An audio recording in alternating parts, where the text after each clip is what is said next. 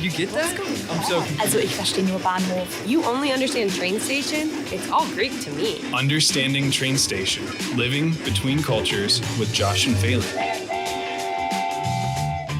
Welcome back to another episode, everyone, and happy belated Halloween, I guess. Yeah, happy All Saints Day, because that's the day that we're actually recording on. So the 1st of November is our recording day this time. So we're getting a little bit better as far as the timing is concerned. We're 2 days ahead now. Yeah, that's big progress. Yeah, you have off today. That's pretty cool for you. Yes, Bavaria I can't complain. and a few other states of Germany get the day off because it's a Catholic holiday. Yep. Bavaria has the most public holidays in all of Germany. So, that's one of the advantages to living here. There are disadvantages as well associated with that, but yeah, it's nice to have the day off. And I was actually talking to my sister on the phone earlier today, and she was talking about how a lot of the Catholic schools in her area are also closed because of All Saints Day. Mm-hmm. Interesting. But yeah. Did you go out for Halloween last night? I didn't. It's been didn't do anything? It's been a crazy couple, 2 weeks for me. Like super, super busy. So it was nice to have an evening just to stay in. I'm also not like costume, nothing. Nope. I'm like not the biggest costume person. Every once in a while it's fun, but it's not like my heart doesn't. Oh, you wouldn't say that in English.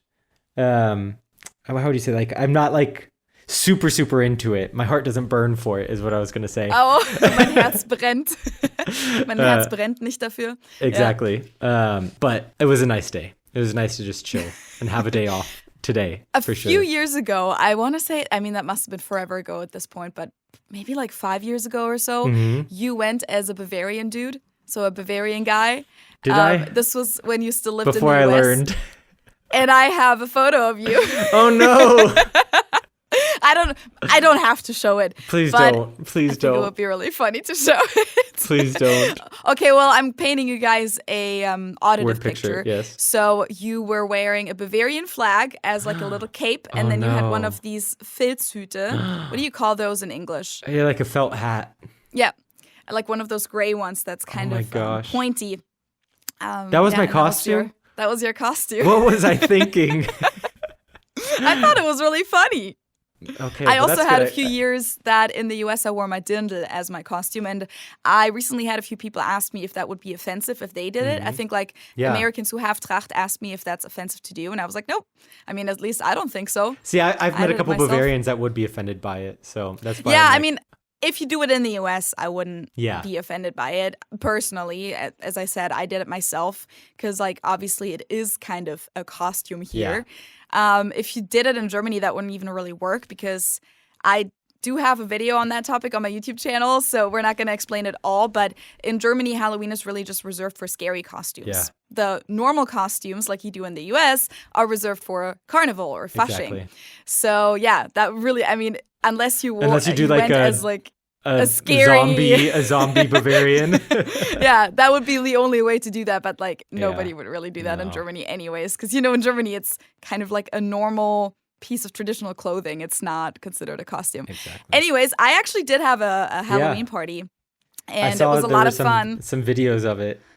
Yeah, we really put in a lot of work into decorating the place, and we had like floating candles and lots of spider webs and kind of did like the full thing, which was really cool for me because I have had Halloween parties in the past that I hosted together with my roommates back then. But, it was more like college parties where we didn't really care so much about decorating. And this year, we really tried to decorate the house really nicely. Yeah, we did like the whole thing because we have a house now, right, with a front yard. Yeah. And so we did the thing that other Americans do where like we got a little blow up thingy that we put in our front yard, and we put like our pumpkins out that we carved. Nice. And yesterday, which was actual Halloween day, because like that's another thing in Germany. Also, most people celebrate Halloween just on the 31st, whereas in the US people pretty much celebrate it all month, but especially the like weekend before, or maybe 2 weeks before, I think is like where the most parties and events. I was gonna say, as far as parties are concerned, yes, but as far as trick-or-treating is concerned, no, you only do that. Yeah, trick-or-treating, yes. So like trick-or-treating, that was my first real experience yesterday. I was gonna ask, how was it? It was a little disappointing, I will say that. We also don't live in like the most like I'm trying to think of how to explain it, but I mean, like a neighborhood that I grew up in, you don't live in like one of those neighborhoods, so the experience I would imagine would be somewhat different. Yeah, it's more like an urban area. It's not like a, suburb that like a subdivision. You don't live like a cul-de-sac. But exactly. We did have lots of kids coming. Yeah. Way too many. Like we ran out of candy within an hour. Yeah. Ah, okay. The reason why I'm saying, so basically here's how you can picture it. We, the two of us, and then all of our neighbors were basically out on the porch. Mm-hmm. And there was a dedicated time. And I mentioned this in our Patreon hangout this past weekend, but I don't think I mentioned it on the podcast yet. So there was a thing that I was kind of surprised about because, as I said, this is like the first time for me doing this because in the last few years on Halloween, I always lived in the university area, like a college neighborhood where people didn't do that. There were no kids who would go around and trick or treat. So I just never had that experience before. And this year for our neighborhood, my boyfriend, Ben, who you guys met last episode, told me, so this year, I guess for our neighborhood, trick or treating is between 6 and 8 p.m. on the 31st. Mm-hmm. And I was like, what do you mean? Like it's between that? Are people not allowed to come outside of those hours? Because I mean, I only really knew trick-or-treating from Germany, where it's a thing that kids have kind of started, and most neighbors and most Germans don't even really like it or didn't even know about it, so it doesn't really have any rules. Mm-hmm. But apparently it's like a very regulated thing here, and that almost sounded like a German thing to me, that people are like, okay, here you go, neighbors. Trick-or-treating takes place on the 31st from 6 to 8 p.m. Be ready. Prepare lots of candy. And then literally at 6 p.m. yesterday, the first people rang our doorbell, and we weren't even ready yet because I kind of thought, 6 to 8. Like, I'm sure people aren't going to be there right at 6, especially because it's not even dark at 6. And to me, in my mind, it's fun to go at night because it's Halloween. It's supposed to be scary. Who wants to go when it's still daylight out? But I guess most people in the U.S. do. I think also since it's younger kids that go trick-or-treating. Once you're in high school, it's not really acceptable to go trick-or-treating anymore. But they go with their parents, a lot of the young kids, or at least they did here. Uh-huh. So, you can still go at night. You could, but I think a lot of parents want to get their kids home, especially if they're going to eat their sugar, have all that sugar, and then give themselves time to get the kids settled down before they go to bed. So I don't know. I think it's maybe just because I grew up with it and that seems normal to me, but that's interesting that was like a moment where you said, oh, this is a very German thing in the U.S. Like because it was so just like regulated. Regimented. And I was also surprised that so many people came before it got dark. Because like, I mean, to me, the Halloween decorations don't even look cool before it gets dark, you know? Like, you kind of don't really get the full vibe. Anyways, so they started coming really early, and a lot of them came. Mm-hmm. And what surprised me, I guess, is that a lot of the kids just kind of went up, grabbed their candy, and left. And a lot of them didn't say trick or treat. Really? A lot of them didn't really say hi. We would just always make comments about their costumes, try to do the American small talk, because that's what I'm used to. And I thought Halloween would be the night where you do a lot of that, like where you communicate with all of these people and you interact with everyone. But my experience was, yesterday at least, that a lot of these kids didn't care. The parents didn't really care. They were just all kind of exhausted. They had to carry their little kids up the stairs because we have like a few steps to our porch. And it wasn't that friendly. And it was more just like, okay, I grab my candy and maybe I say thank you and then I leave. And I was a little disappointed by that because I was just all ready to do all the small talk. And I always said, oh, I love your costume. And then they'd just say thanks, grab their Snickers and go. And I'm sorry you're disappointed. But now that you're mentioning it, like, I feel like that's pretty common for Halloween. That's what Ben said. Yeah, you make very, very short conversation, if any. It's mostly just like I wouldn't give a kid candy unless they said trick or treat or if they were really, really young. But normally it's trick or treat, and then you maybe make a comment on what they're wearing, and then you expect them to say thank you, and then they leave. Yeah, that's kind of pretty much it. But I feel bad for you that you were so disappointed. It's okay. I mean, now I know, I guess. It felt a little almost, and I know it's the culture, that's what Ben said too, but it almost felt a little rude. Like, we're giving you free candy. Like, you can at least say hi and thank you. And the super young kids, like, I'm not mad at, because like a lot of them were shy, but there were also a little bit older kids, and also the parents who you can expect that from, who just didn't really do that, or they didn't even look at us. They didn't look us in the eye. They just looked at the candy that we were holding ready. So yeah, that was like, and I was really trying. Like I was making comments, right? I was like, I was taking the first step basically. But it was still a good time. I learned my lesson, I guess. Next time, we also, as I said, we ran out of candy after an hour. So like, it was supposed to last from 6 to 8. We were out of candy at 7. So next year, we're gonna have to get a lot more candy, I guess. But yeah, that was my first kind of traditional neighborhood Halloween experience. Well, now you've been initiated. Now you know what to expect next year. Yeah. Yes. Another update that I have for you that I saw yesterday on our YouTube channel, apparently it already happened 2 weeks ago, is that our YouTube channel hit 1 million views. And it says that pretty big on our back end on the analytics thing. And I didn't see it before, so that's really awesome. Thank you guys so much for watching all of our videos. That's a pretty big milestone. That is a very big milestone. Sounds like a lot. Yeah, now that I'm thinking about it, I mean, I guess you're used to it more from your YouTube channel, but that is kind of crazy to think about. It might not be a million different people, obviously, but I mean, 1 million views. So a million views is still significant. I think the first video, it would be interesting to look back. The first video that we ever did together was on your channel, and that reached 1 million views relatively quickly, I would say. Yeah, that does have 1 million views, just the one video. But our episodes don't have that many views, which is totally fine. So I was actually surprised that we've already accumulated that number. We've been doing it for a bit now, though. So I guess it 2 adds years, up. yeah. That's crazy. I think we actually missed our anniversary again. We did that last year too. Our podcast it's a reoccurring anniversary. thing. It was like I think October 20th or so, or 22nd, something like that. But yeah, I wanted to mention that because it's definitely something worth celebrating. Yeah. Das muss man feiern. Auf jeden Fall. But today, as you can probably see in the title, we actually have another guest. So you got a lot of solo episodes from us back to back, and now you're getting 2 guest episodes from us back to back. And this one is special because it's the first time that we have a listener on the podcast, someone who, we weren't connected with through the industry, basically, who isn't another YouTuber or podcaster. And it's also not a friend of ours or like a roommate of ours, we've interviewed a lot of those before. So this is going to be really interesting. And it's also our first person from Brazil. Exactly. And he's going to be able to hopefully tell us a lot about the culture and the country.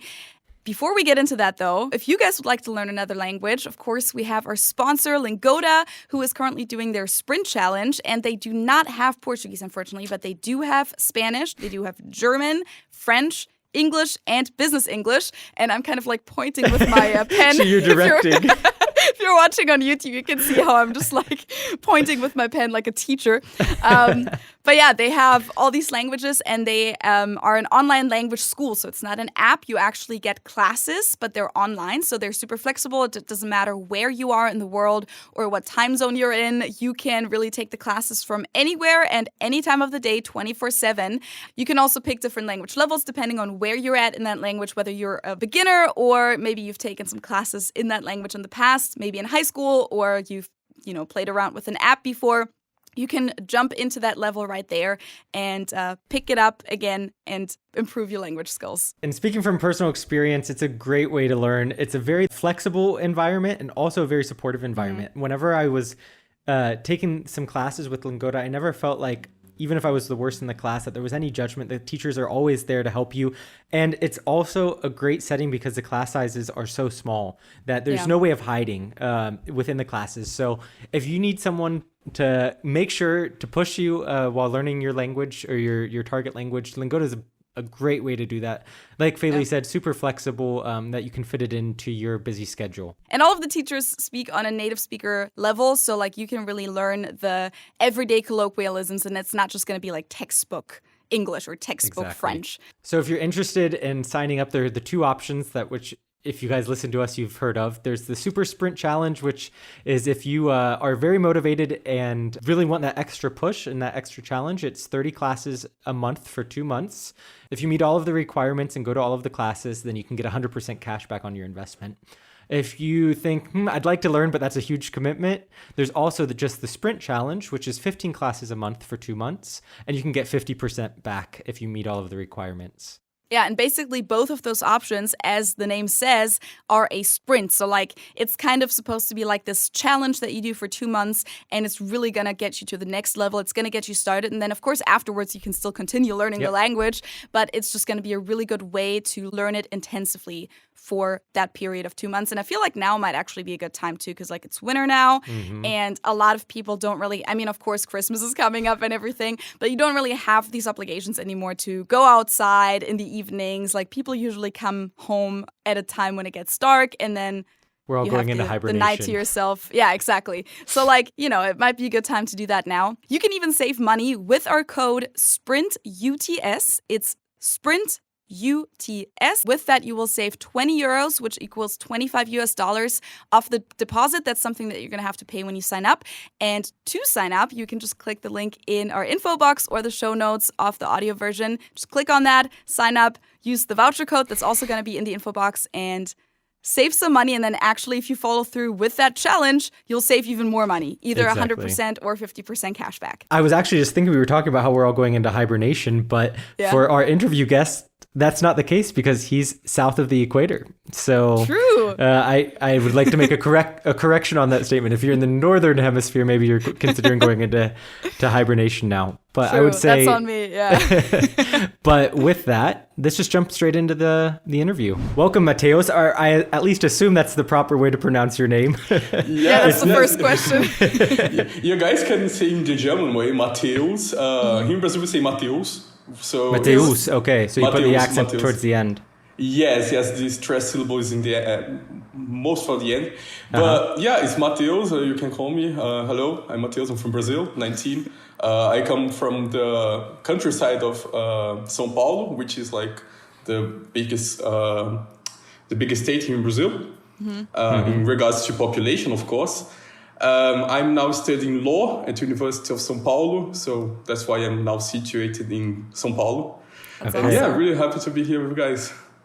Yeah, we're super happy to have you here too. We were just talking before we started officially recording that you are now our first listener that we've invited for an interview. So we're super excited. We're kind of nervous to see how it goes, but I think that's true from all sides. But we're excited to have this conversation. We haven't had a Brazilian officially on the channel yet, so I know here in Munich I've gotten to meet quite a few Brazilians, and there were a couple in my high school, but I didn't have a lot of contact with them.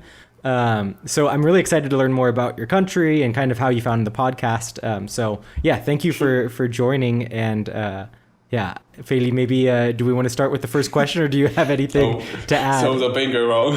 My first question is what you just said, Josh. How did you find the podcast, and what is your connection, or is there any connection to the US and or Germany?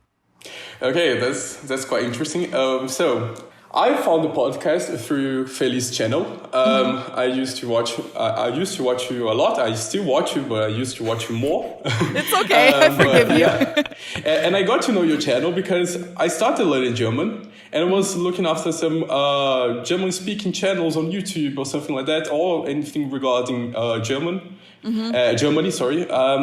And it was quite a good found because I found myself enjoying a lot of German culture and everything because of your channel. You're exposing that. And when you guys launched the podcast, I was really hyped because you guys both have a really good chemistry. You guys have there was one video of you guys in Cincinnati talking, and the chemistry of you both it was just amazing. So yes, I was really hyped for the podcast. I still watch it. Not religiously as I used beforehand at the beginning, but I still watch it. And yeah, my connection to the languages is quite odd. I started learning English like 9 years ago. Here in Brazil, language learning is something difficult. I like to say like it's a bit difficult. In schools, you have English or Spanish.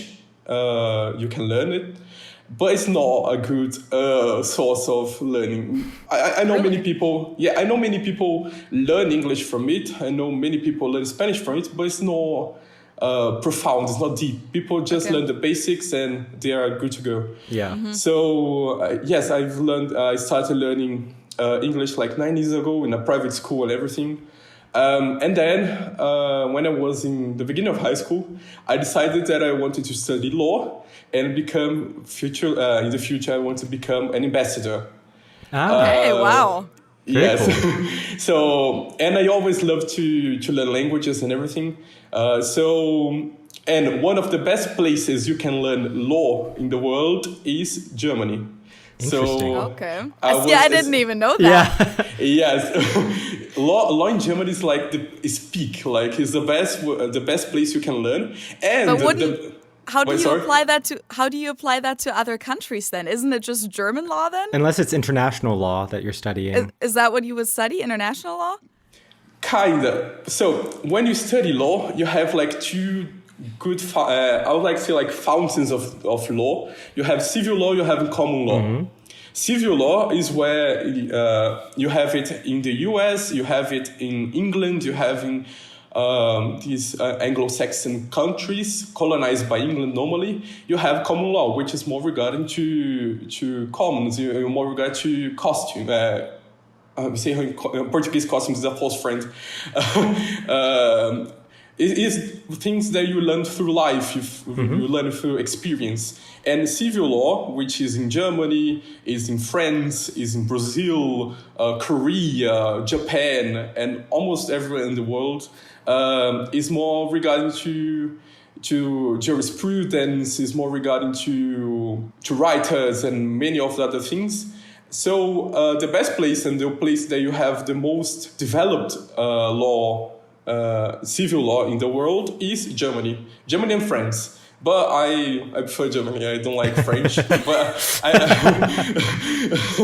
I need to learn French as well, because if I want to be an ambassador, I need to have English. I need to have English, French, and Spanish. But so I started by the age of 14, or something like that, starting learning German. German in Brazil is not really spread throughout society. It's something really niche. So it was firstly tough to find a good German school. I later on discovered Goethe Institute that has here has a branch here. So I'm studying now in Goethe Institute. But it was really tough to find a good German school, and there are some German high schools, like they mix Portuguese and German in the school, but it's really expensive and it was really far, so it was not affordable for me. I got to learn German for a bit, found Feli's channel, and then I'm here now. Very cool. Interesting. Yeah. Thank you so much for sharing that. I honestly maybe thought that you had some kind of connection through like your ancestry or something like that, because I mean, like doing all this research about German ancestry and, Oktoberfest and all these things. Yes. I think Josh and I both have heard about these kind of enclaves in Brazil where like lots of Germans live together and there's German communities and German schools. And Blumenau, for example, has the, I guess, second biggest Oktoberfest in the world. There's always this like dispute. Is it Cincinnati? Is it Blumenau? There's also, I think, this place in Ontario in Canada. I think Kitchener or so. Yeah, Kitchener. Oh, Ontario. So they all kind of like, I think, fight over who has the second largest Oktoberfest in the world. But I believe that Blumenau actually does. But so I'm actually surprised that you have apparently no connection through your ancestry, but it's more like your personal interest, right? To learn. Yes, it's kind of interesting, this thing, because my ancestry is Italian, so my great-grandparents were Italian. So they came when the Italian unification happened, or a bit after that. And if you go back in the tree, in the ancestry tree, you can see that my last name had connections with Austria. So some part of my ancestry is from Austria. But when the Italian unification and the German unification happened, they went over the border to Italy. So I have this Italian ancestry, and it's in the part of Tyrol, South Tyrol. And so I have this kind of connection, but it's more prevalent these my personal I don't know how to say it. Yeah, your personal interest. Yeah, my personal interest. Yeah, is mostly because of my personal interest. Yes, and I'm keen on learning languages as well. I've always loved to learn new languages and everything. English is one of them. Yeah, your English is amazing. I didn't really know what to expect, honestly. So your English is great. I'm studying. I just had English class before the recording. I'm studying for Cambridge certificate. The C2 level. You'll get that, no problem.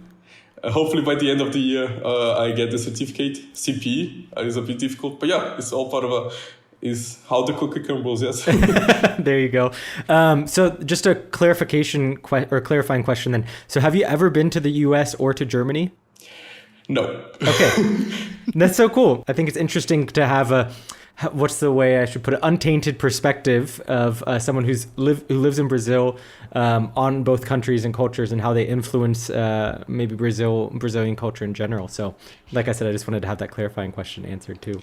Yes, I've never left the country, and hopefully on 2024 I get the Austausch mit meiner Universität here. Okay. The best university in Germany that I want, of course, is in Munich. So hopefully I can study in LMU. Yeah, that's the university I went to. Yes, I have high hopes for that, for entering the program and everything. And yeah, I'm really excited for that. Yes, first time studying abroad, living abroad for quite a while, for a whole semester. No, yeah, for a whole year, to be honest. I'm really excited for that.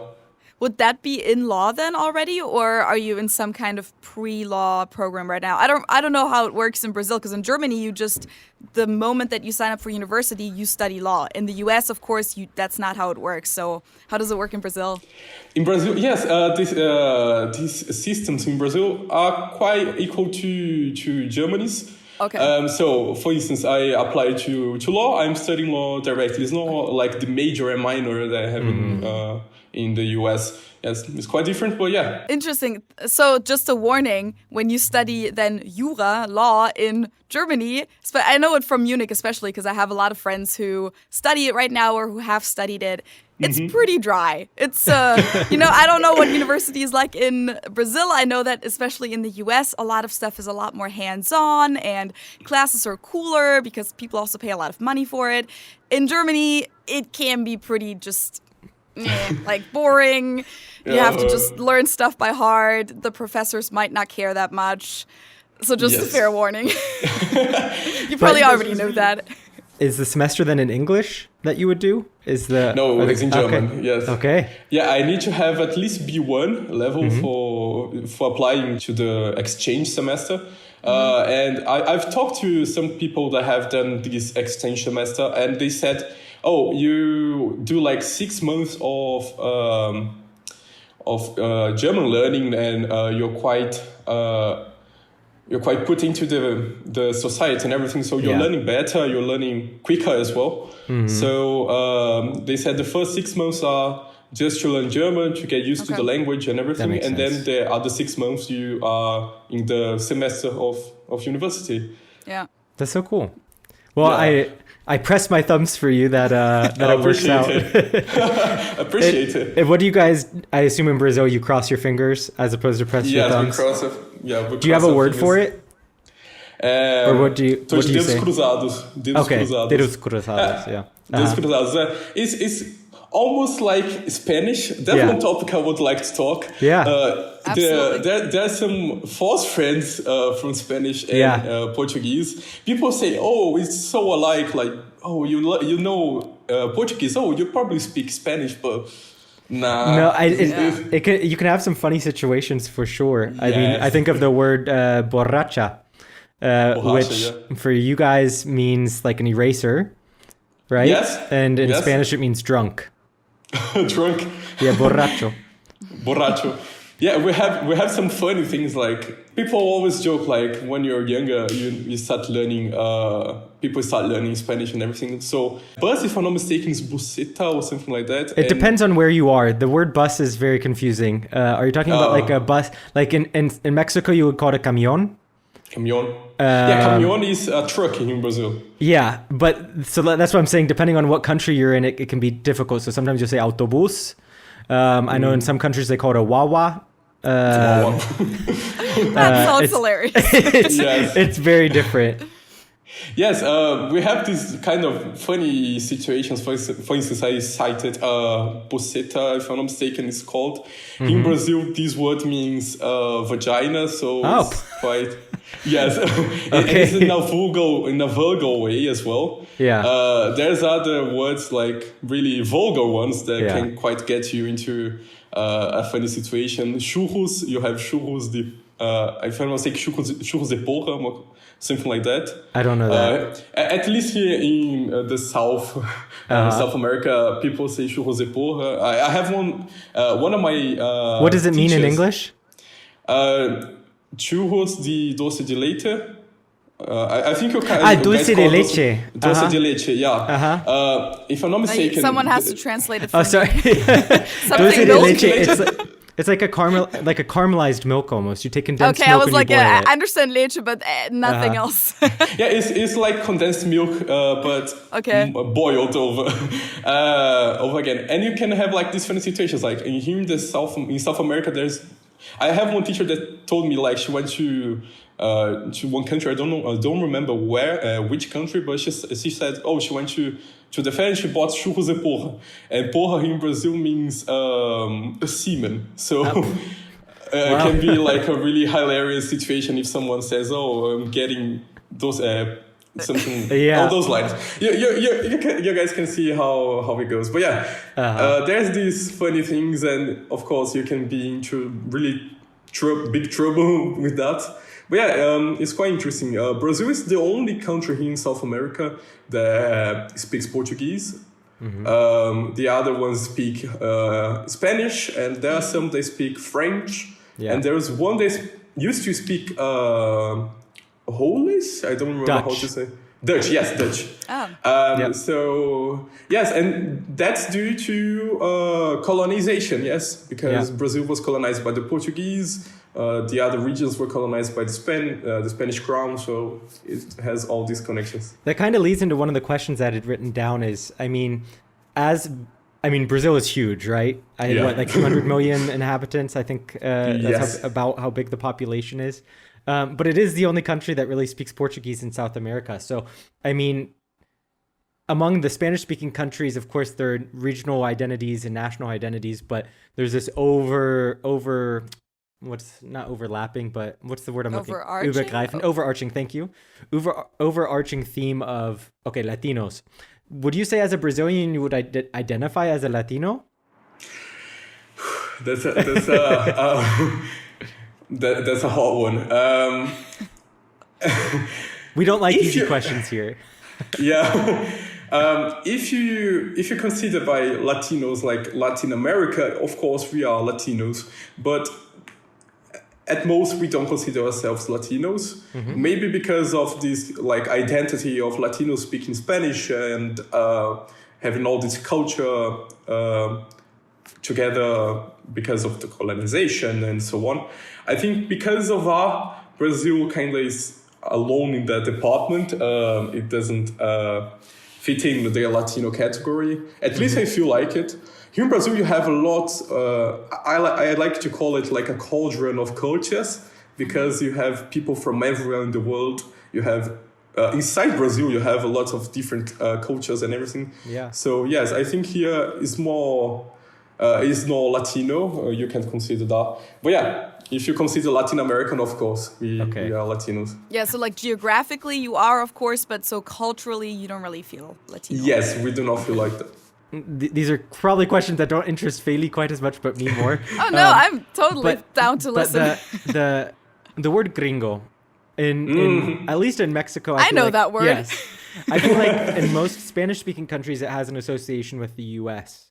As opposed to necessarily Europe. Correct me, people, in the comments if you're from a Spanish-speaking country and that's not the case for you. But how is that word used in Brazil? Because I know it exists as well in Portuguese. But yes. What is the definition of gringo for you in Portuguese? So for the Spanish-speaking community, if I'm not mistaken, gringo, it has like a pejorative connotation. Most of the Here in time, Brazil, no. Here in Brazil, you all call gringo just a foreigner. So every person that is not from Brazil, you call it gringo. Or we have this beef with Argentina and other Spanish, and we call them boludos, but that's something just regional or something like that. But you normally call gringo, you say gringo here in Brazil, gringo. With like. Yeah. We say for every foreigner. So I had some gringos here that studied with me. I have a Spanish colleague that studies with me in university. She's really cool, and everyone calls her gringa because she's from Spain. She's not from Brazil. Yeah, but so it's quite interesting because I used to play games. I used to raid in World of Warcraft, and you normally raid with Americans or Australians or so. And I once said, "Oh, you guys gringos," and they were like, "Oh, what do you call me?"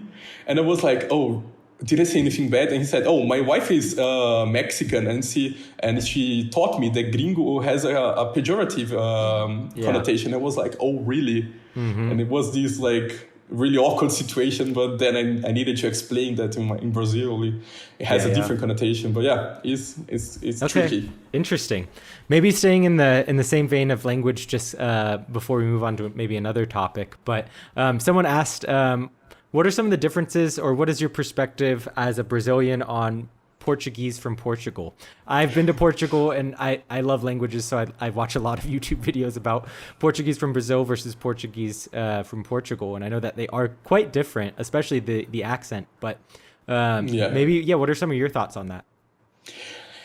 How can I say? As Brazil is a colony, when we were separated from Portugal, we kind of started getting our own. Of course, we had our own identity in Portuguese, as every place that speaks Portuguese has its own identity. But I feel like they are two separate things. Of course, they speak Portuguese, we can understand each other, but there are things that don't match. There are things that you can be left out in the dark when you hear it. And nowadays, it's becoming less prevalent in Portugal, even the Portuguese, especially in the younger generations. They are watching lots because of globalization, YouTube, and the access to internet. Brazilian Portuguese is spreading really quickly in Portugal, and it's winning over Portugal Portuguese. So yeah, there are two different languages. They are the same language but different. Yeah. It's really cool. I love that because I'm enthusiastic in learning languages and everything. It's really cool for me to see that.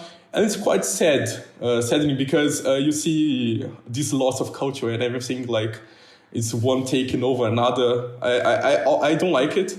But yeah, it's what is happening. It's an interesting dynamic.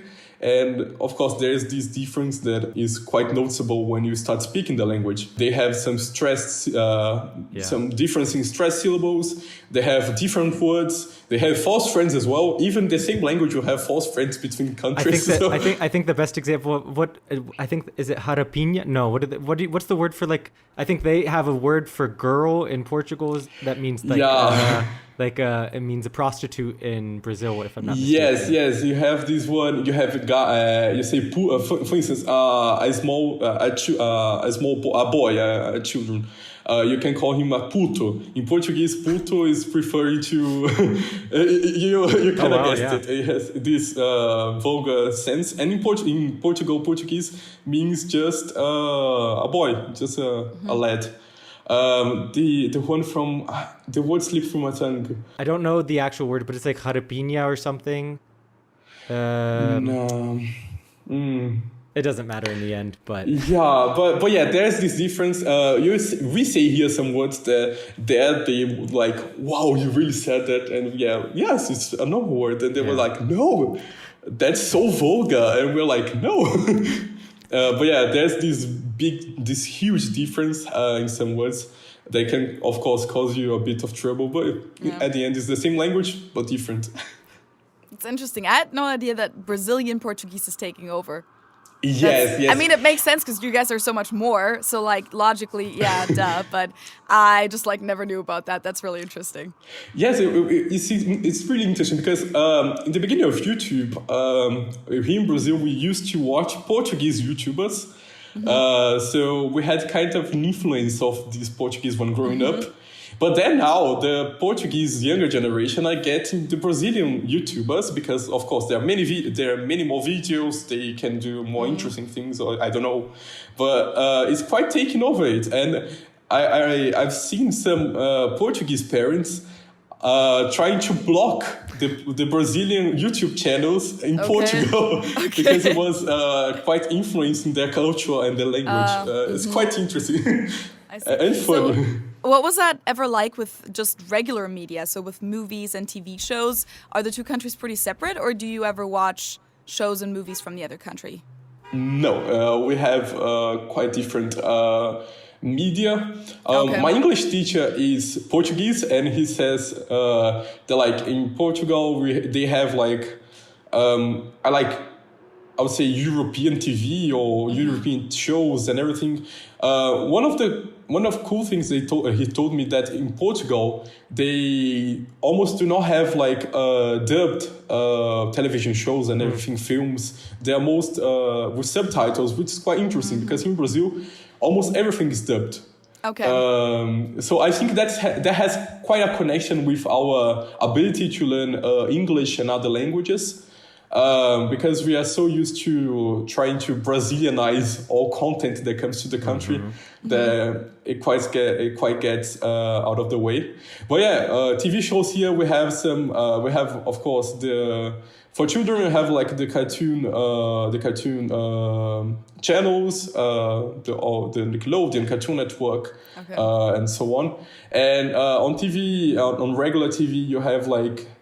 We used to have one Spanish, I think it's Mexican or isn't a Spanish-speaking TV show which was quite popular. It's quite old, but it's still quite popular. It's Chavo del Ocho, right? Chavez, yes. Yeah, here it's we call Mexican. just Chavez. Yes, it's Mexican. Oh, great. Yeah. Chavez, Chapolin, and so on. That was kind of on the normal TV. And of course, you have like TV shows and news and everything. But yeah, media here, in regards to films and TV series and everything, they were always dubbed. And we had like this.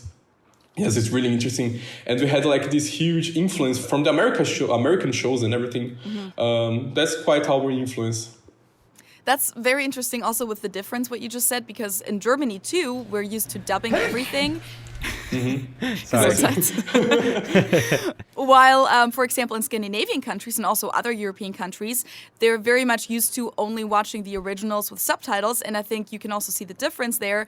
Scandinavian countries, for example, are known for speaking very, very good English, while Germans also speak good English, but just not nearly as good as people from Scandinavia. And part of that is that we just watch everything with a German dubbed version over it, and we don't usually hear the original. And the Portuguese are actually known also, at least that's something I've recently learned, that they're known for speaking pretty good English in Europe as well. So it would make sense.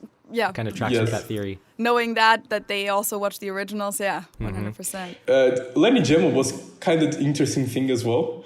Your guys' alphabet is really similar to the Portuguese one. So we say A, B, C, D, E, F, G. We don't say G, we say G. So it's pretty similar. Like it's just some bits and pieces that are different, but that was really useful. The way you guys pronounce the vowels and the letters are really easy for us to pick up too. Just the words that normally do not have any connection to Portuguese ones because of course the difference in of the language as well. The linguistic background, the linguistic background is different.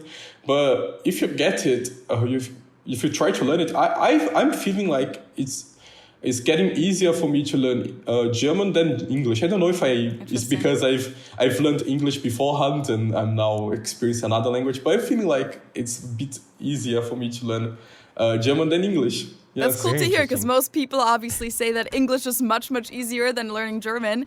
But with the pronunciation, I could see that, because like from a complete outsider perspective, I don't really speak Spanish, right? I know a few words and that's it.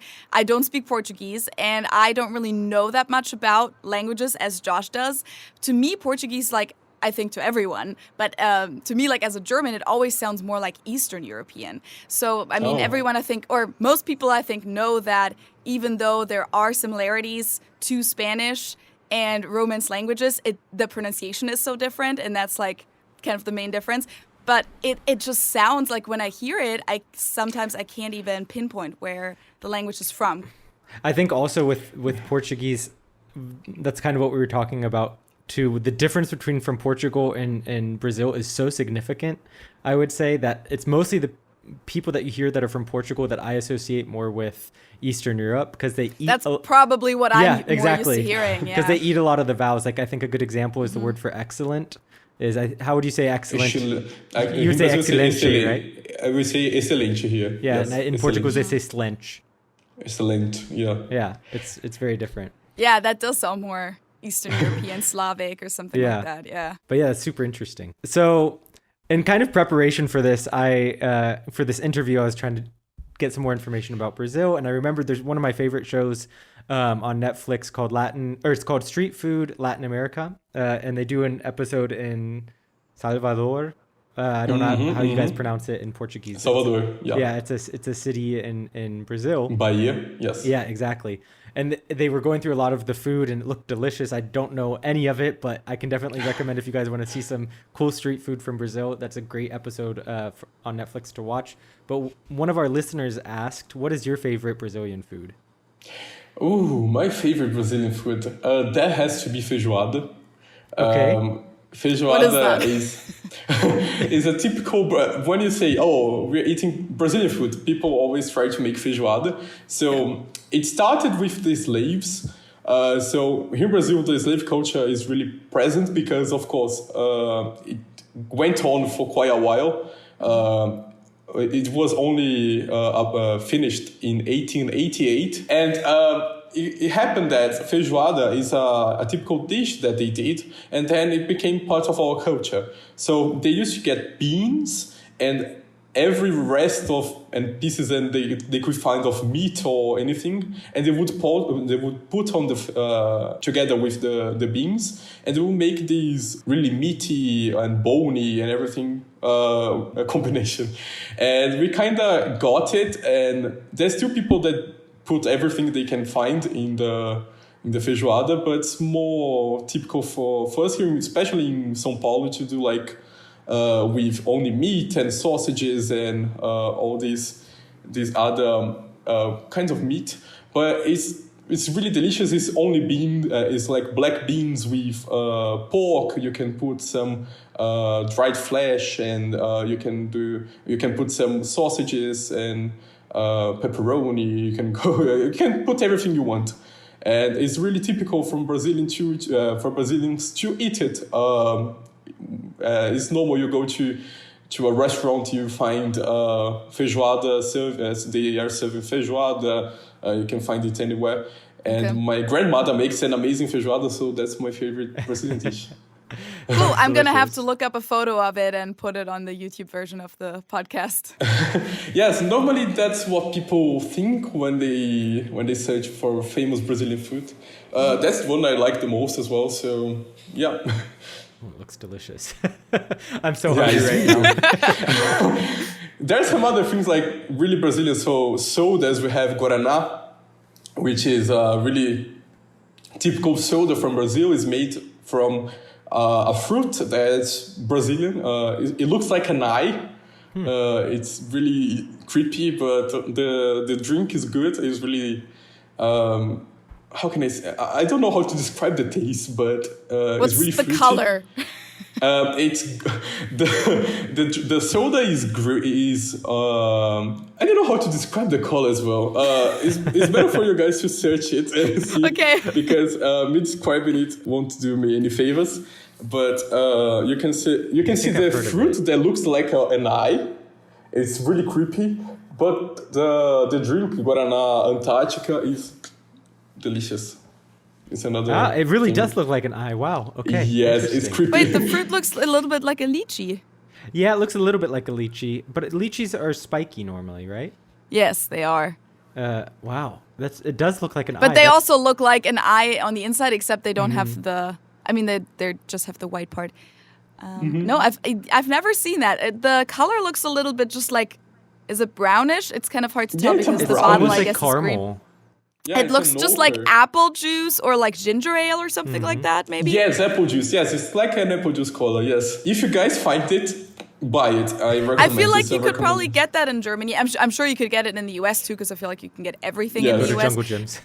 Yeah, exactly. We have this like big international store here in Cincinnati, but I know that in Germany there's also a lot of Brazilians, expats, and immigrants living there, and I know that more and more Brazilian culture is coming to Germany, right? So I'm sure you could find that somewhere. Yeah, I've seen Maybe one not. guy. I've seen somewhere people posting like they're eating acai, a bowl of acai. Acai Oh, is yeah. fruity. That's huge. Yeah, that's It's become like this it's hipster worldwide thing. spread. Yes. Yeah. One more thing, of course, that's like a big export from Brazil is caipirinha, right? Caipirinha, yes. That was the complete German pronunciation, but when we like prepared for the episode, it said somewhere, I think it was on Wikipedia, Josh. Yeah. I think it's something that you copied in the document, and it said something like it's become the German national cocktail. Yeah, Which I exactly. wasn't aware of that. Apparently, that's a thing, but it's definitely a very popular cocktail in Germany. That's Yeah, for sure. at least according to Wikipedia, the caipirinha, Brazil's national drink, is now Germany's national cocktail, and Germany has become the top importer of cachaça.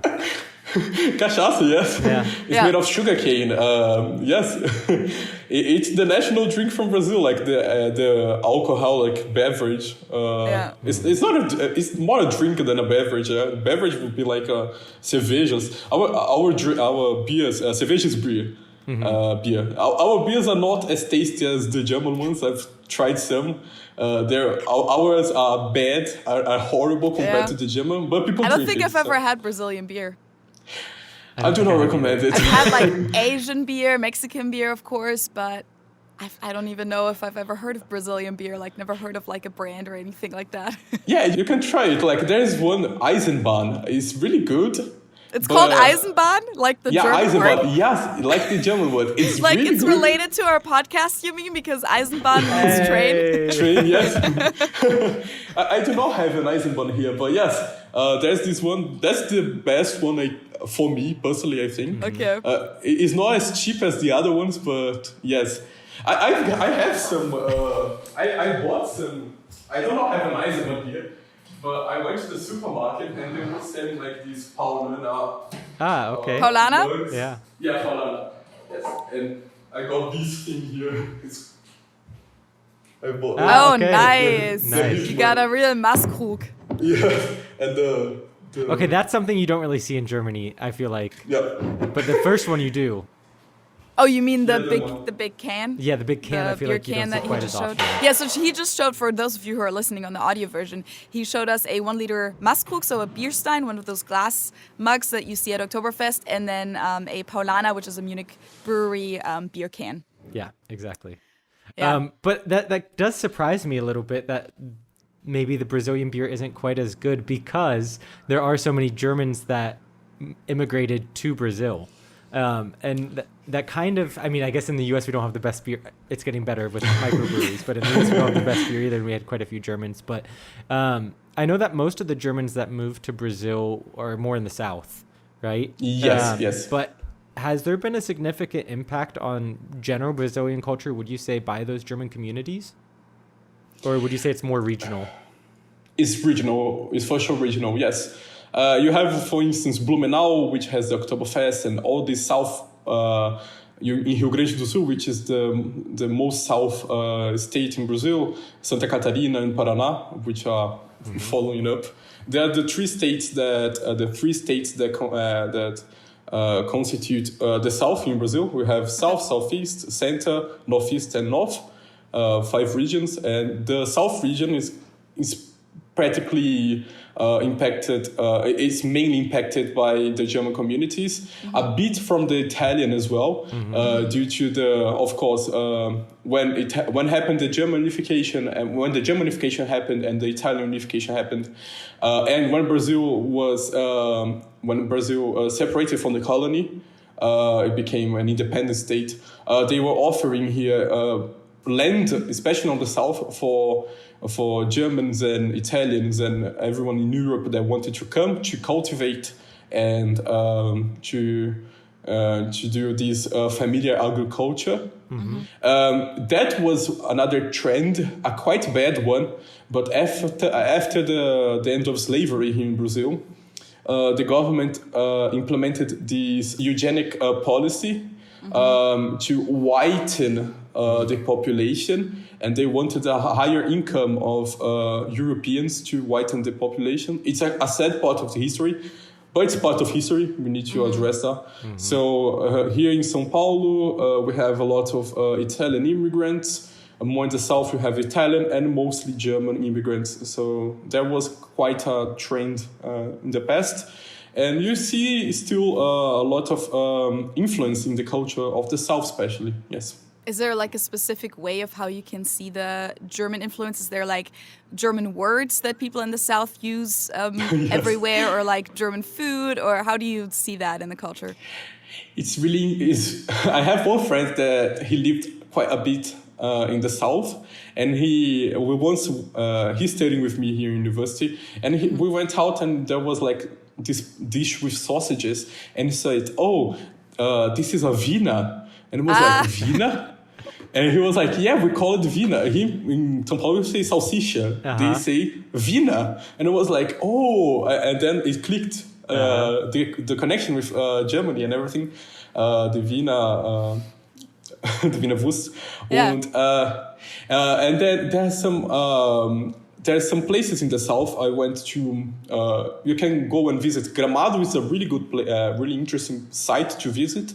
It's a city in Rio Grande do Sul. It's really just for tourism, but you see a lot of German structures, like the architecture. You see the German architecture. There is even some small villages or cities in the south, especially in Rio Grande do Sul, they only speak German, like their dialect of German, Brazilianized, but they speak German. Yeah.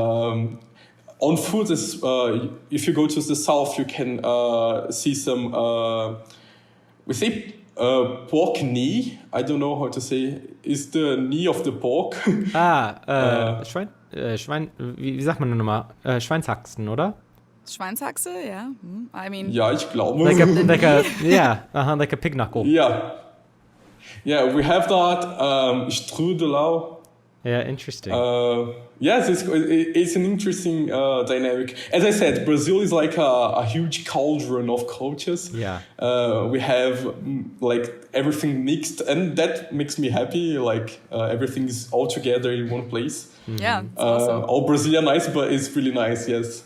Yeah, about the language, what you just said, that's what I meant earlier when you said there's whole towns that just speak like a German dialect.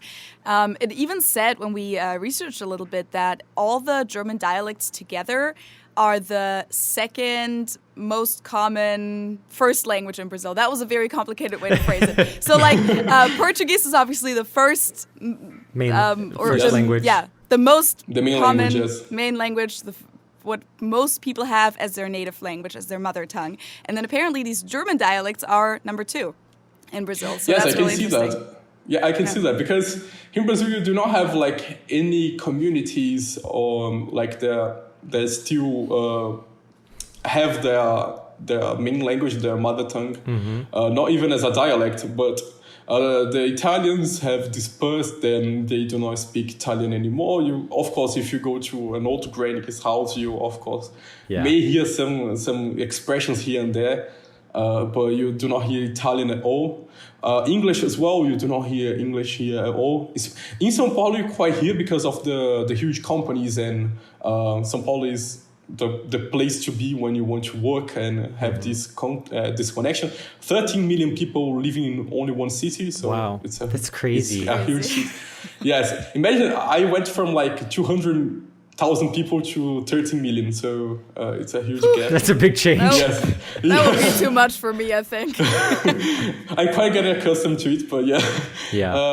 And I can see that the German dialect is the second most spoken language here, of course, because they are like really united and they kind of preserve the language. It's something really common in the South. They try to preserve their culture and everything. It has even led to one time almost a separation from the South from Brazil. Wow. They wanted independence because they said that there are this one thing that they united and they are this one thing different from Brazil. But yeah, they're still with us. Oh, that's crazy. Yeah. Why is it always the South places? Like in Germany, it's Bavaria that like is known for maybe wanting to separate. In the US like Texas, for example. Texas. Yeah. Something about the warmer weather, I guess. Who knows? Yeah, But I guess no. I was going to say actually, It's now that I'm colder, thining about yes. it, the south of Brazil would be is colder. colder. Yeah. True. Yes, it's And really I mean, cold. even in Germany, you can't really say that it's that much warmer in the True. South. But I wanted to ask you actually two questions that I'm sure a lot of our listeners are kind of, especially the Germans, really want to know. And the first one is, how do you or how does Brazil or how do Brazilians feel about the 2014 World Cup? I where you saw guys that lost, coming. lost against Germany, which was historical because usually Brazil, if you guys don't follow soccer, Brazil is usually really, really good in soccer. And in the past, Germany has always lost. And then in 2014, when Germany actually won, there was this one game. It was like, I don't know, the semifinals or something. And we won 7-1 against Brazil. And every German remembers this, even me, who I don't even follow soccer. So yeah, the question to you, how do you guys feel about that? Have you recovered from it? It even happened in Brazil, yes? Yes, just to rub it in. It even happened in Brazil. So, in my defense, Neymar wasn't playing, so it was a huge impact. But yeah, we kind of recovered from it. It's still a joke here and there. People say, oh, 7-1, 7-1. It's really funny because it became a meme of the narrator. There's this one big television company, Globo, and it has this famous narrator, Galvão Bueno, and he's always in the I was watching the game, and he was another goal from Germany, another one. In Portuguese, mais gol, mais gol da Alemanha, and like he was really getting sad and everything, but yeah, we kind of recovered from it. I say there's still this scar left, but you guys can always poke on the scar, but we got over it. Still trying to forget. Yeah, 2014, man. It feels like yesterday, but yes, it's been like quite a while. Time. Yeah, it's crazy. 8 years ago. Yeah, I mean, I don't know that much about soccer, but I believe that was 2002 or so. I mean, you probably wouldn't know because you're a little bit younger. But I definitely know that we lost to Brazil in some crucial games as well. Oh. So so we were already scarred. And I think that's why it was such a huge thing for the German national team to actually beat Brazil, because I think that hadn't happened in forever. But of course, I'm sure there's lots of soccer fans listening and watching, Yeah. so if I said something wrong, please correct me in the comments on YouTube, because I'm really not a soccer expert. But I just remember that there was this one game, and I think it was like 2002, and my brother was like 5 or 6 years old, and he's huge into soccer, and he cried his eyes out, and I think it was against Brazil in the World Cup. That's actually kind of funny. Yes. But yeah, so I guess we're even. Another question that people, of course, asked and that a lot of people want to know about, it's not quite as fun of a question, but how, if you want to talk about it, you don't have to, how do you feel about the election outcome? Ooh. Now it's getting all deep, I know. You don't have to talk about it if you don't want to, but I just know that people are wondering.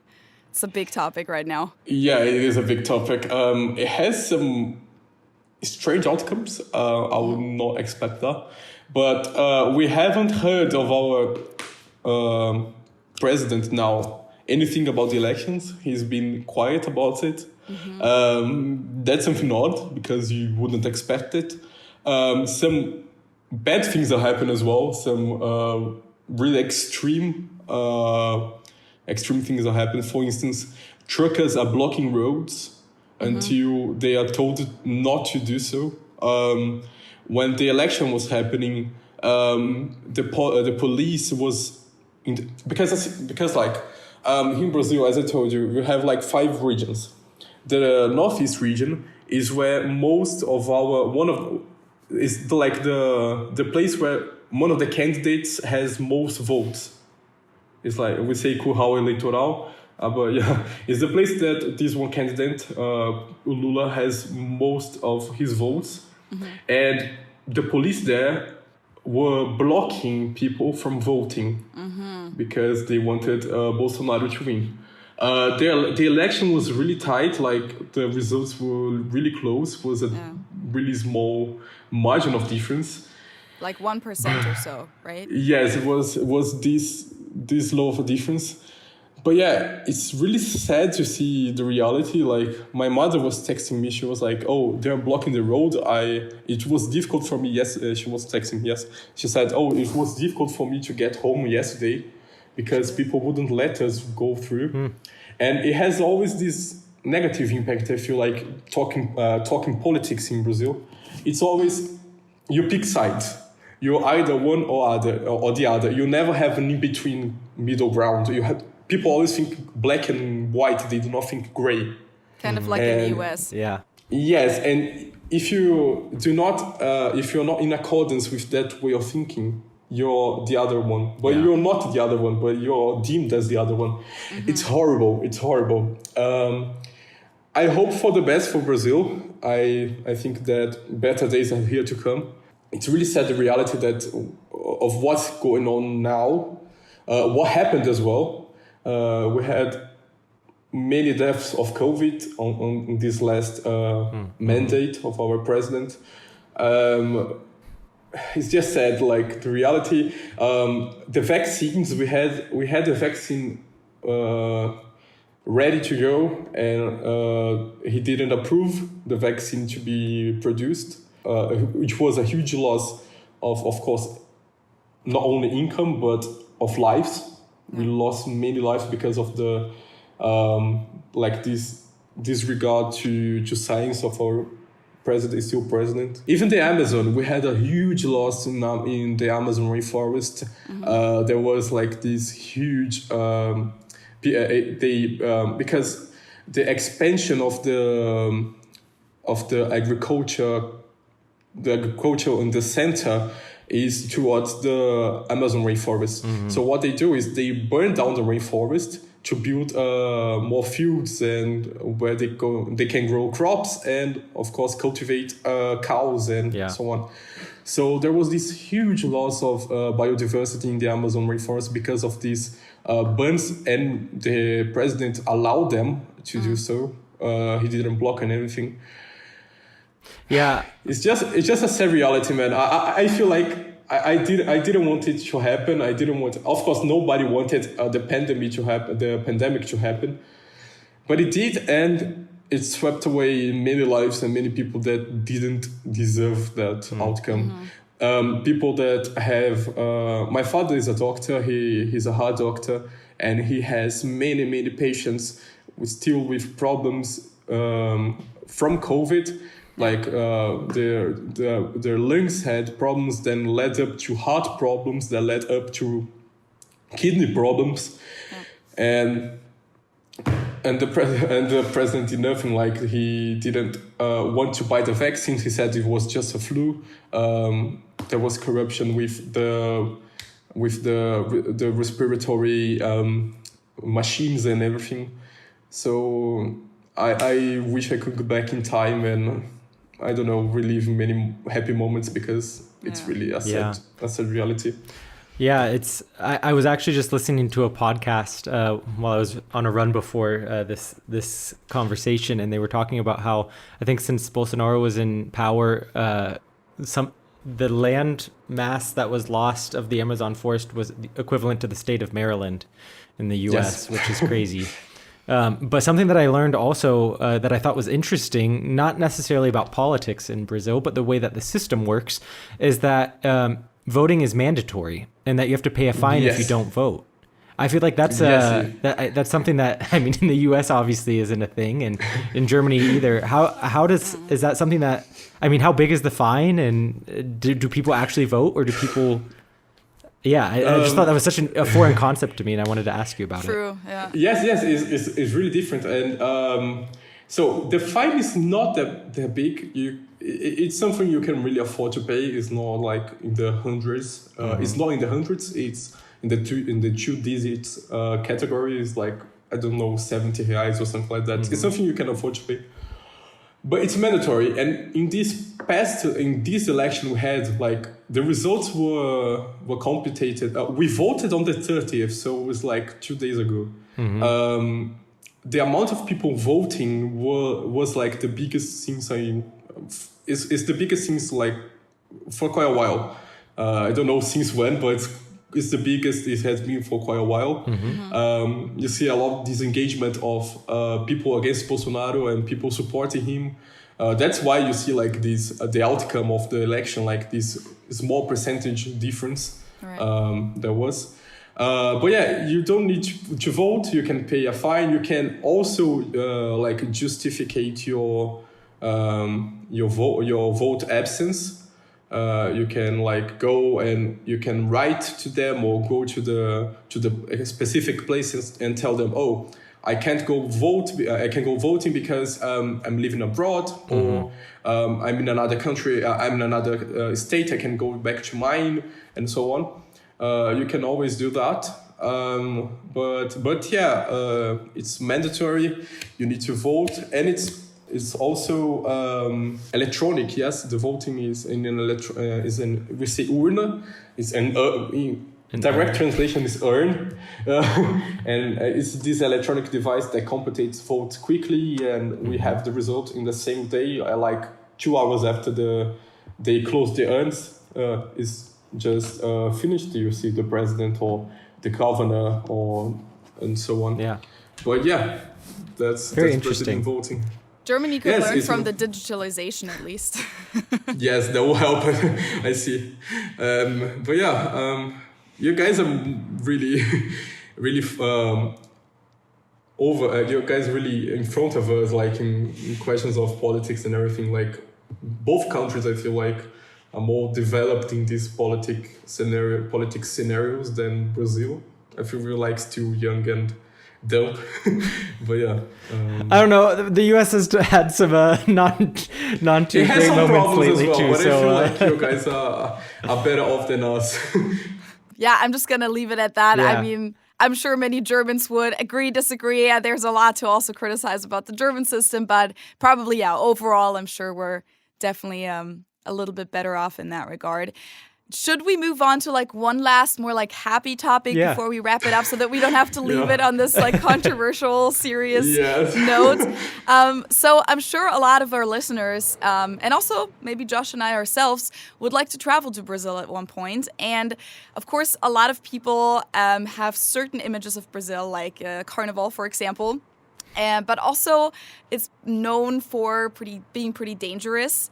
Yes. And so basically my question would be, you as a local, what would be your tips for someone who would want to visit Brazil? Where should they go? So, what should they keep in mind? So when you come here to Brazil and for traveling, you have, of course, to plan your trip. I feel like that's mandatory. So the Amazon is a really good place to visit. There, the crime rates are not that high. But of course, you need always to keep an eye on your phone, your purse, everything you have with you. Always keep an eye on. There's some more dangerous states than others. For instance, Rio de Janeiro is a well-known dangerous place. There's this huge separation between poverty and wealthiness in the Rio de Janeiro state. You go to the sightseeing places, you see this discrepancy, this gap there is between the wealthy and the poor. And there are lots of robbery, and there are lots of robbery happening there. So always keep your eye on your phones. If possible, do not take it with you. Really? Don't take your phone? Yes, you go, for instance, to Carnival. You go to Carnival, you practically do not take your phone with you. If you go in a group, ask one person only to take their phone, because if you do, the chances of it getting stolen is high. So interesting. Yes, it just happened. A party of my university. It's like a out of season carnival, and there were so many people that lost their phones, and it's like just a small sized carnival. Wow! And many people lost their phones. I have a friend of mine that lost. He was on. There were 3 friends in the group, or like 15 that took their phones, and one of them lost their phone. So it's always good to keep an eye on and plan with the group you're in, like to take the least things you can. Here you can always pay with your your credit card or anything you have. So it's not good to be walking around with money. It's another way of the thieves to get some access to your money. So do not walk with money. I think in Germany you normally walk with money in your wallet and everything. So here do not walk with your wallet with money in your wallet, and always be careful. Always look in your vicinity, your surroundings. Do not walk alone as well. Try always walk in groups, 2 or 3 people. 3 people is ideal. If you do not have 3 people, walk with what you have. But ideally, you want to walk with people together, especially on those most dangerous places. If you go, for instance, to as I was speaking, the south, there's Gramado, which is a really touristic city and everything. There you can almost walk without any preoccupations on anything. You can walk with your phone and everything. But if you go to the beach, for instance, in Rio de Janeiro, there's these big beaches and these beautiful places and everything. Do not take your phone. Be always careful. Walk in groups, and yeah, I think that's all. Do not take. Sorry, I just was gonna say, Matheus, you're gonna be, if you come to Germany, you're gonna be so surprised by how people walk around with things and don't care at all. Like really? I was thinking about just people going to the lakes here. They'll leave their stuff on the shore while they go into the water without thinking about it at all. No way. No way you do it in Brazil. No way. I'm here in São Paulo. I live in the downtown area because it's close to the university. My university is really old and it's really cool. It was founded. It started in 1827, so it's really old and everything. So the place was better in the past, but nowadays it's a really dangerous place to be in. So I always try to go out. When I go out, I always try to get the least things I have. And if I go with valuable things, so my laptop or things that I need to take to class, I normally take an Uber. Uber rides here are really cheap. Okay, interesting. So that's good to know for traveling. Yes, this Spanish friend of mine, as I told you, that's in my class, she told me she was surprised when she was here because Uber rides are so cheap, and they are an easy way for you to get around the city and places. And there's an Uber driver everywhere you go, so it's always a nice. Here we have metro system as well. It's really good, but also keep an eye when you leave the place. I was robbed when I was leaving the station. Oh shit! The guy was I was going down the stairs. The guy was in the last step. He pointed a gun at me and said, "Oh, give me everything you have, or I kill you here." So, not for beginners. Yeah. Is that a normal thing that happens? How many times have you been robbed in your life? That's the first one. Okay. and it only happened when I moved to São Paulo. So in my city in Americana, which is more in the countryside. It happens, but not frequently. Here in São Paulo, you see a lot of... a cat. I think my cat decides that it's time to wrap it up now. Hello. but yeah, so if you're traveling here, always keep an eye on your things. Walk around in groups, especially on those most dangerous places. And yeah, you make sure to have a great time because you for sure find it here. Yeah. There's some amazing places you can travel to.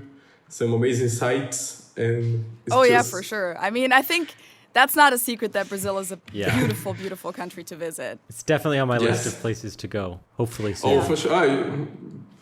I absolutely recommend it. Only the weather here need to be prepared, especially when it's hot. When it's summer, it's really hot in here. So always be prepared, sunscreen on, and right. Then you're set up for success. Yes. Awesome. Cool, sounds good. As I said, I think my cat is telling me that it's time to wrap it up. She just jumped right in front of the camera and like jumped against the mic. It was great talking to you. Thank you so much for all of your insight and for just messaging us on Instagram and telling us, hey, if you ever have any questions about Brazil, I'm here to give you all the answers. And I think you did that. So really appreciate it. It was really great meeting you. If our listeners have any follow-up questions for you, maybe they'll just put it in the YouTube comments. And I don't know if maybe you'd be available to respond to a few comments if they have any questions. Yeah, absolutely. Yes, I will gladly do that. Absolutely. So, muito obrigado. Eu que agradeço. Muito obrigado. Hopefully I could answer the questions specifically especially on those more sensitive topics. Hopefully I could answer the questions. And hopefully we had a great time. For me, I just had a great time. I could go on talking here for many hours to come. But same. Appreciate it. Thank you so much for the space and the floor here to talk. And thank you. Well, thank you so much, Matheus, for your time and for all of the information that you gave us. It was really fun to talk with you. Like we said at the beginning of the episode, this is the first time that we've done this with a listener, so you never really exactly know what you're going to get yourself into. And Feli and I think you can say as well, both really enjoyed it, and it was a really informative conversation and a fun conversation too. Very much so. We hope that everyone else also enjoyed it. If you have any questions, like Feli mentioned, let us know in the comments on the YouTube channel. Send us an email, message us on Instagram. And thank you guys for listening this week. Yes, and all the links that Josh just mentioned are in the show notes or in the YouTube info box. One thing that I would like to mention, because I think that has kind of like not been mentioned enough, is that we switched from buymeacoffee.com over to Ko-fi.com. So it's ko-fi.com/understanding train station. So if you want to leave us a tip, you can do that there. And I mean, you don't have to, but if you would like to, that's going to be the platform where you can also use PayPal. Because I know that a lot of Germans especially don't have credit cards, and then they couldn't really use that other platform anymore. But of course, we really appreciate your guys' support. We do take a lot of time that we invest into this podcast, which we love doing. But it's also always great to be appreciated for it too. And maybe be able to, at this point, buy maybe a Glühwein or two here and there in the future. Yes. Christmas markets are coming soon. Yeah, and I guess they're coming this year, right? Because last year in Germany, that wasn't really the case. Hopefully. But thank you guys so much for your support. Thank you so much for listening. Thank you, Matheus, for being on the episode. And you guys will hear us again in 2 weeks on Thursday. Obrigado. Ciao.